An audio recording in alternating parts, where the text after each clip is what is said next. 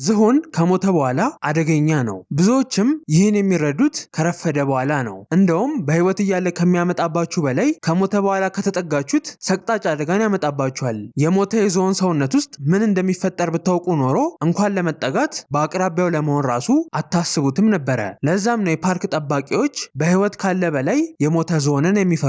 ታዲያ ለምን ይመስላችኋል የሞተ ዝሆን በህይወት ካለ ዝሆን በላይ አደገኛ ሊሆን የቻለው? የፓርክ ጠባቂዎቹንስ ይህን ያህል ያስፈራቸው ነገር ምንድን ነው? ልክ ዝሆን ሲሞት ወዲያው አንድ ነገር መፈጠር ይጀምራል። አንድ ጊዜ ላይ የዝሆኑ ሰውነት ውስጥ በሰላም ይኖሩ የነበሩ ባክቴሪያዎች ማለትም ምግብ እንዲፈጭ ሲያግዙት የነበሩት ባክቴሪያዎች በድንገት ከቁጥጥር ውጪ መሆን ይጀምራሉ። ዝሆኑ ሲሞት የበሽታ መከላከል ስርዓቱም አብሮ ስለሚሞት ባክቴሪያዎቹን ማንም እየተከታተለ የሚገላቸው አይኖርም። ለዛም እንደፈለጉ መሆን ይጀምራሉ። አስከፊው ነገር እንዲፈጠርም ምቹ ይሆንላቸዋል። ስለዚህ ባክቴሪያዎቹ የዝሆኑን ህብረ ህዋሳት በፍጥነት መሰባበር ይጀምራሉ። ይህ ደግሞ ብዙ መጠን ያለው ጋዝ እንዲፈጠር ያደርጋል። የዝሆኑ ሰውነት እየበሰበሰ ሲመጣ ሰውነቱ ውስጥ ሚቴን እና ካርቦን ዳይኦክሳይድ የተባሉ ጋዞች እየተጠራቀሙ ይመጣሉ።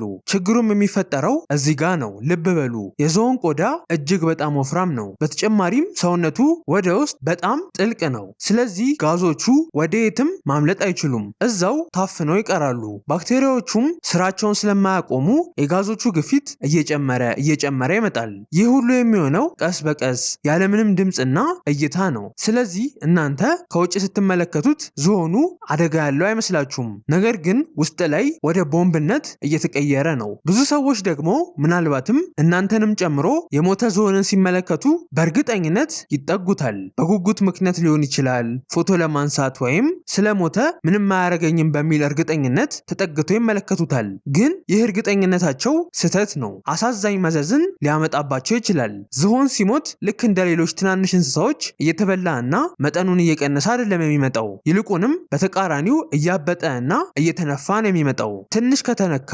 ከተንቀሳቀሰ ወይም በፀሐይ ምክንያት ሙቀት ካገኘ በድንገት ልክ እንደ ቦምብ ይፈነዳል። ለቀናት ሰውነት ውስጥ የተጠራቀሙት ጋዞች ዝሆኑ ሲፈነዳ በአንድ ጊዜ ይለቀቃሉ። ልክ የለስላሳ መጠጥ ተነቅንቆ ሲከፈት ጋዙ በኃይል እንደሚለቀቀው የዝሆኑም ስለሚለቀቅ ይህ በአቅራቢያው ሰው ካለ በኃይለኛው መጥቶ ሊጥለው ይችላል። ነገር ግን አደገኛው ነገር ፍንዳታው ብቻ አይደለም፣ ወደ ሳምባቸው የሚገባው መርዛማ ጋዝም አለ። የተለቀቁት ጋዞች ኦክሲጅንን ገፍተው በማስወገድ ለመተንፈስ አደገኛ የሆነ አየር እንዲፈጠር ያደርጋሉ። የበለጠ ነገሩን የከፋ የሚያደርገው ደግሞ ዝሆኑን በቅርበት ከተጠጋችሁት፣ አካባቢው ላይ ንፋስ ከሌለ እና ቦታው ላይ ረዘም ላለ ጊዜ ከቆያችሁ ነው። ግን አደጋው እዚህ ላይ ብቻ አያበቃም፣ ሌላም አለ። በሽታ። ፍንዳታው ሲፈጠር ውስጥ ላይ ታሽገው የነበሩት ባክቴሪያዎች አብረው ይለቀቃሉ። በተለይ ደግሞ ዝሆን ውስጥ የሚገኙት ባክቴሪያዎች እና ፓራሳይቶች ለዝሆኖቹ ጉዳት ባይኖራቸውም ሰዎች ላይ ግን ከባድ መዘዝን ያመጣሉ። ባክቴሪያዎቹ መሬቱን ይበክሉታል፣ በአቅራቢያ ያለ ውሃ ውስጥ ይገባሉ። በተጨማሪም ቆዳችሁ እና ልብሳችሁ ላይ ይሰራጫሉ። ዝሆኑን ባትነኩት እንኳን በአቅራቢያው ስትሆኑ ወይም እዛው አካባቢ ሆናችሁ ስትተነፍሱ ለከባድ ኢንፌክሽን ልትጋለጡ ትችላላችሁ። በዚህም ምክንያት ነው የዱር ህይወትን የሚያጠኑ ሊቃውንቶች ከሞቱ ዝሆኖች ጋር የሚያያዝ ስራን ሲሰሩ ከፍተኛ ጥንቃቄን የሚያደርጉት፣ ወይም ደግሞ የዝሆንን ተፈጥሮ የሚያውቁ ሰዎች በፍጹም የማይጠጉት። ግን ከነዚህ ሁሉ የበለጠ አደገኛ ያደረገው ነገር በየቀኑ ያለምንም ፍርሃት አንበሳዎችን እና ሌሎች አደገኛ እንስሳዎችን የሚጋፈጡ የፓርክ ጠባቂዎች ራሱ የሞተ ዝሆን ሰውነትን መፍራታቸው ነው። የዚህ ፍርሃታቸው የተለየ ምክንያት ብዙዎችን የበለጠ የዝሆን ሰውነትን እንዲፈሩትና እንዲሸሹት አድርጓቸዋል። የፓርክ ጠባቂዎች ለአንበሶች፣ ለዝሆኖች ወይም ለሌሎች እንስሳዎች ጥቃት በአግባቡ ስለሰለጠኑ ብዙም ስጋታቸው አይደሉም። ከሁሉም አስበልጠው የሚፈሩት የማይንቀሳቀሰውን የሞቱ እንስሳቶችን አካል ነው። በተለይ እንደ ዝሆን ያሉ የግዙፍ እንስሳዎችን። አጥቂ እንስሳዎች በህይወት እስካሉ ድረስ ባህሪያቸው የሚገመት ነው። የሚጠበቁ ህግ አላቸው። በዛ መሰረት ነው የሚኖሩት። ያስጠነቅቃሉ፣ ያፈገፍጋሉ፣ ግዛታቸውን ይከላከላሉ። ድምፅ ሲሰሙና እንቅስቃሴዎችን ሲመለከቱ ምላሽ ይሰጣሉ። የፓርክ ጠባቂዎችም እነዚህም ባህሪያቸውን ጠንቅቀው ያውቁታል። የሞተ ሰውነት ግን ምንም ባህሪም ሆነ ቋንቋ ስለሌለው ስለማያስጠነቅቅ፣ ስለማያፈገፍግና ፓተርኖችን ስለማይከተል ለፓርክ ጠባቂዎቹ አስጊ ነው። እንደ ዝሆን ያለ ግዙፍ እንስሳ ሲሞት ግፊቱ ከውስጥ እየጨመረ ስለሚመጣ ምንም አይነት ምልክት አይሰጥም፣ ድምፅ የለውም፣ በተጨማሪም አይታይም፣ አያስታውቅም። የፓርክ ጠባቂዎች ደግሞ ሰውነቱ ምንም የተረጋጋ ቢመስልም ከውስጡ አደጋ እንዳለው ያውቁታል። ስለዚህ አንድ የተሳሳተ እርምጃ፣ እንቅስቃሴ ወይም የሙቀት መጨመር ከፍተኛ አደጋ ሊያስከትል ስለሚችል የዝሆንና የግዙፍ እንስሳዎች የሞተ ሰውነትን የማይገመትና አስፈሪ ያደርገዋል። በተጨማሪም ሰውነቱ ከፈነዳ በኋላ ራሱ የፓርክ ጠባቂዎቹ እዛ አካባቢ ሲንቀሳቀሱ የተለቀቀው ጋዝ የአየር መመረዝን ሊያመጣባቸው ይችላል። ሁኔታውን የበለጠ የከፋ የሚያደርገው ደግሞ ይህ ነው። አዳኝ ወይም አጥቂ እንስሳዎች በቀጥታን የሚያጠቁት። ስለዚህ ጠባቂዎቹ ይህን ስለሚያውቁ አስቀድመው መዘጋጀት ያለባቸውን ዝግጅት ይዘጋጃሉ። የዝሆንና የሌሎች ግዙፍ እንስሳዎች ሰውነት ግን እንደነገርኳችሁ ባክቴሪያዎችንና ፓራሳይቶችን ስለሚይዝ በማይታይና መዘጋጀት በማይችሉበት መልኩ ነው የሚጠቁት። ማለትም የፓርክ ጠባቂዎቹ ለመጠቃት መነከስ ወይም መበላት አይጠበቅባቸውም። የሞተው ሰውነት ያለበት አካባቢ ረዘም ላለ ጊዜ መቆየታቸው ብቻ በቂ ነው። ለዛም ነው ሲሰለጥኑ አዳኝ እንስሳ አጠገባችሁ ካለ በጥንቃቄ ተመልከቱት።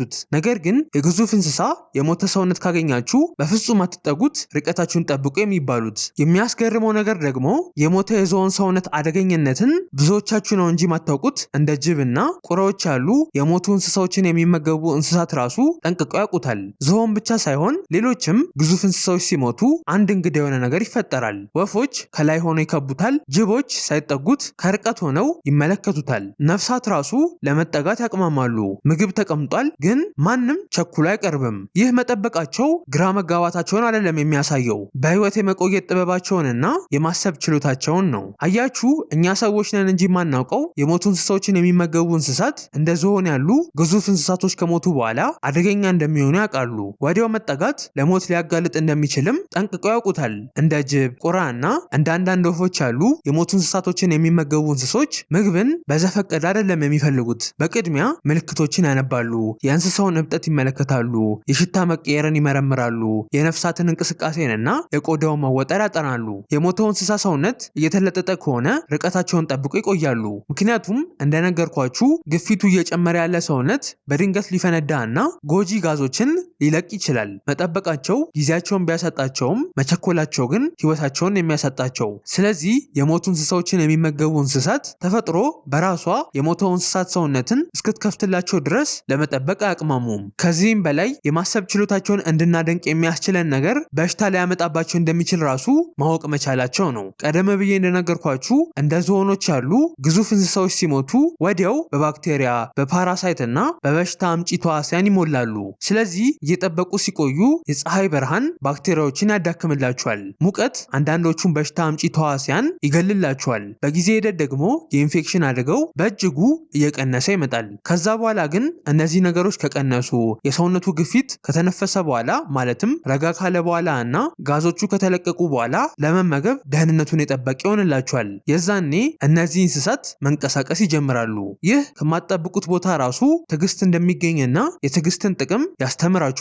ግን ለምንድን ነው ይህ ትዕግስታቸው አነስ ያሉ እንስሳዎች ላይ የማይሰራው ብላችሁ ካሰባችሁ፣ ምክንያቱ አነስ ያለ ሰውነት ያላቸው እንስሶች ያን ያህል ግፊት ስለማይኖራቸው ነው። በተጨማሪም በሚገመት መልኩ ነው የሚበሰብሱት። የሰው ልጆች የሞተ እንስሳትን ሲያዩ ከሞተ በኋላ ምንም የሚያስፈራ ነገር የለም፣ ምንም ሊጎዳኝ የሚችል ነገር የለም ብለው ሲያስቡ፣ እነዚህ ምጡቅ የሞቱ እንስሳዎችን የሚመገቡ እንስሳቶች ግን አደጋ እንዳለው አስልተው አጥንተው ተመራምረው ይደርሱበታል። ለዛም ነው ቆም ብለው የሚመለከቱት፣ የሚጠብቁት፣ በተጨማሪም በህይወት መትረፍ የቻሉት።